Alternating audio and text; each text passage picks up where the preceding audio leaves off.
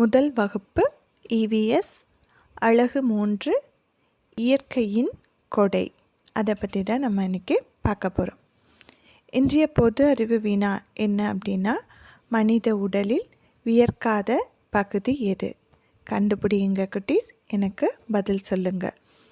அடுத்து இந்த இயற்கையின் கொடை பாடத்தில் நம்ம என்ன கற்றுக்க போகிறோம்னா, தாவரத்தினுடைய இலைகள், பூக்கள், காய்கள், கனிகள் மற்றும் அவற்றினுடைய முக்கியத்துவத்தை பற்றி நாம் தெரிந்து கொள்ள போகிறோம். அந்த பொண்ணு பேர் செல்வி. ஒரு நாள் தன்னுடைய வீட்டு பக்கத்தில் இருக்க தோட்டத்துக்கு போனான். அங்கே ஒரு தக்காளி செடியில் அழகாக ஒரு மஞ்சள் நிற பூ இருந்துச்சு. அந்த பூவை பறிக்கணுன்ட்டு போனான். உடனே அங்கே ஒரு தேனீ ஒன்று வந்தது. அது என்னுடைய உணவு, விட்டு விடு அப்படின்னு சொல்லுச்சு. அவளுக்கு ஒரே ஆச்சரியம். சரி அப்படின்ட்டு அந்த தக்காளி செடியில் தக்காளி பழத்தை பார்த்தா. அதை போய் பறிக்கணும்னு நினச்சி பறிக்க போனான். அப்போ திடீர்னு ஒரு பச்சைக்கிளி பறந்து வந்துச்சு. அது எனக்கான உணவு, விட்டு விடு அப்படின்னு சொல்லுச்சு.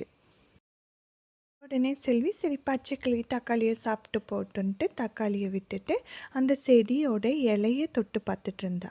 அப்போ அங்கே ஒரு வெட்டுக்கிளி வந்துச்சு. அது என்ன சொல்லுச்சு? அது எனக்கான உணவு, தயவு செஞ்சு இலையை பறிக்காத அப்படின்னு சொல்லுச்சு.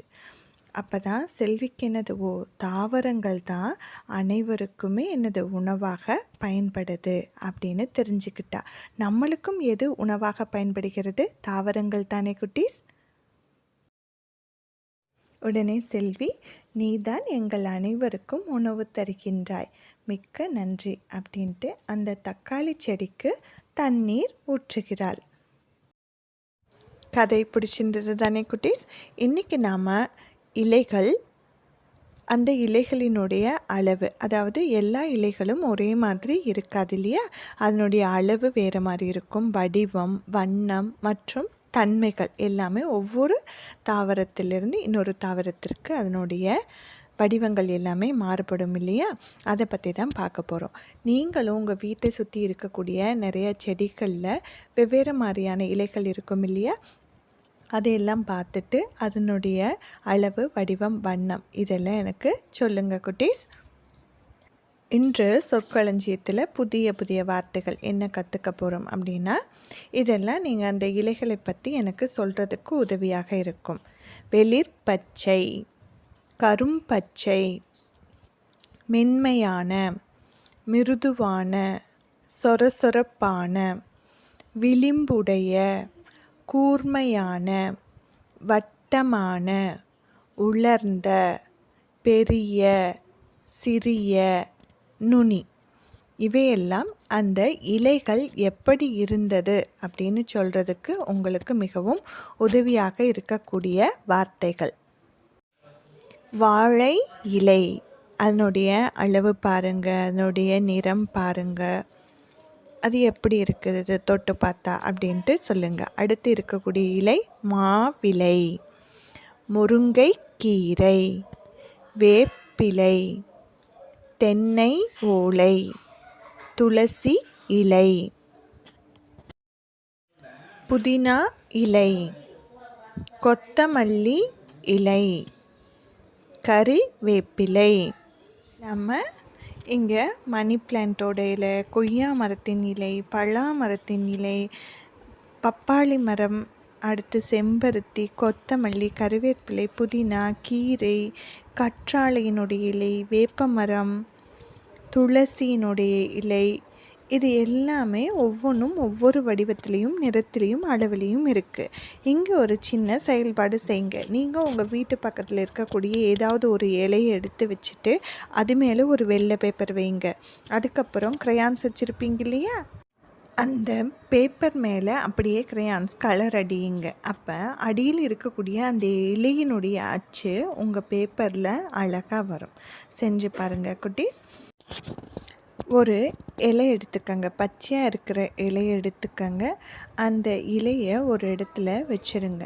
ஒரு வாரம் வரைக்கும் தினம் பாருங்கள் அந்த இலையினுடைய வண்ணம் எவ்வாறு மாறி அது காய்ந்த இலையாக மாறுது அப்படின்ட்டு கவனிங்க.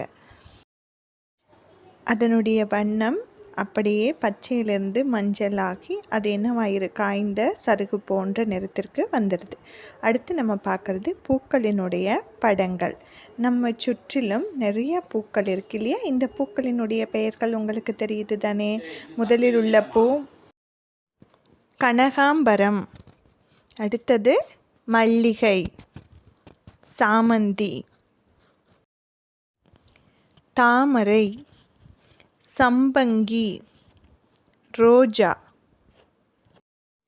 தாழம்பூ, சாமந்தி, மனோரஞ்சிதம். இந்த பூக்கள்லாம் உங்களுக்கு தெரியும் தானே குட்டீஸ்? சொற்களஞ்சியம். என்னென்ன வார்த்தைகள் படிப்போமா? மனம், இதழ், மென்மையான, மிருதுவான, சொரசொரப்பான, முட்கள், வண்ணம், சிவப்பு, இளஞ்சிவப்பு, வெள்ளை, மஞ்சள்.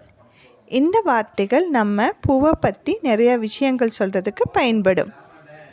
சில பூக்களுக்கு மனம் உண்டு. இங்கே கொடுத்துருக்க பூக்கள் பாருங்கள், செண்பகப்பூ, மல்லிகைப்பூ, ரோஜா, இவற்றுக்கெல்லாம் மனம் உண்டு. பூ வாடாமல் இருக்கணும் அப்படின்னா அங்கே பண்ணியிருக்காங்க பாருங்களேன், ஒரு பாட்டிலில் தண்ணி ஊற்றி அதுக்குள்ளே பூவை வச்சுட்டு மேலேயும் ஸ்ப்ரே பண்ணி விட்டோம்னா, தண்ணியை தெளித்து விட்டோம்னா அந்த பூ ரொம்ப நேரம் வாடாமல் இருக்கும். இந்த பல்வேறு வகையான பூக்களினுடைய இதழ்கள் பாருங்களேன், ஒவ்வொரு பூவினுடைய இதழும் ஒவ்வொரு மாதிரி இருக்கும். அப்போ இந்த பூக்கு சரியான இதழ்களை அதனுடன் இணைப்போமா? செம்பருத்தி, தாமரை, ரோஜா இதழ்கள், அடுத்ததாக சூரியகாந்தி. நீங்களும் உங்கள் புத்தகத்தில் சரியாக இணையுங்க.